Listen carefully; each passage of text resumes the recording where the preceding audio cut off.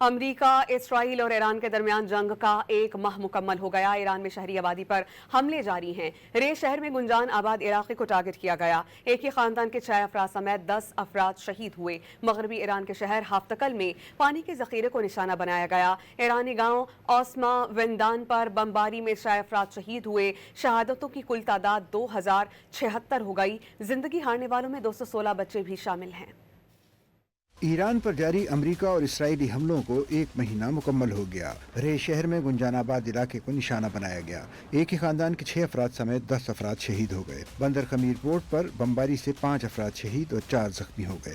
حملے میں 2 کشتیاں اور ایک گاڑی تباہ ہو گئی۔ علاقہ شفت میں بھی رہائشی علاقے پر بمباری کی گئی، جس سے 2 شہری شہید اور 4 زخمی ہو گئے۔ مغربی ایران کے شہر ہفتکل میں 10,000 مکعب میٹر کے پانی کے ذخیرے پر بمباری کی گئی۔ ادھر جنوبی ایرانی شہر شیراز میں 4 دھماکے ہوئے، تاہم فوری طور پر کسی قسم کے نقصان کی اطلاع نہیں ملی۔ اسرائیلی فوج نے تہران میں ایرانی حکومت کے ادارے میرین انڈسٹریز آرگنائزیشن کے ہیڈ کوارٹر کو بھی نشانہ بنانے کا دعویٰ کیا۔ امریکہ اور اسرائیل کے حملے میں ایرانی گاؤں اوسما وندان میں 6 افراد شہید ہو گئے۔ مہر نیوز ایجنسی کے مطابق حملے کے نتیجے میں 5 مکانات مکمل طور پر تباہ ہو گئے، جبکہ 22 گھروں کو شدید نقصان پہنچا۔